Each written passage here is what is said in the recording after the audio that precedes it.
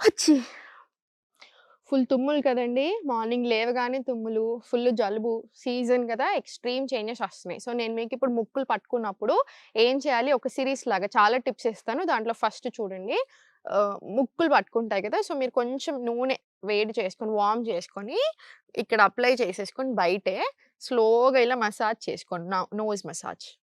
Nose massage చేసుకొని, ఇప్పుడు స్లోగా ఇలా మసాజ్ ఇచ్చేసేయండి. తర్వాత మీకు కొంచెం ఫ్రీ అవుతుంది. సో, మీరు తీసేసేయొచ్చు. మీకు ఫ్రీగుంటది.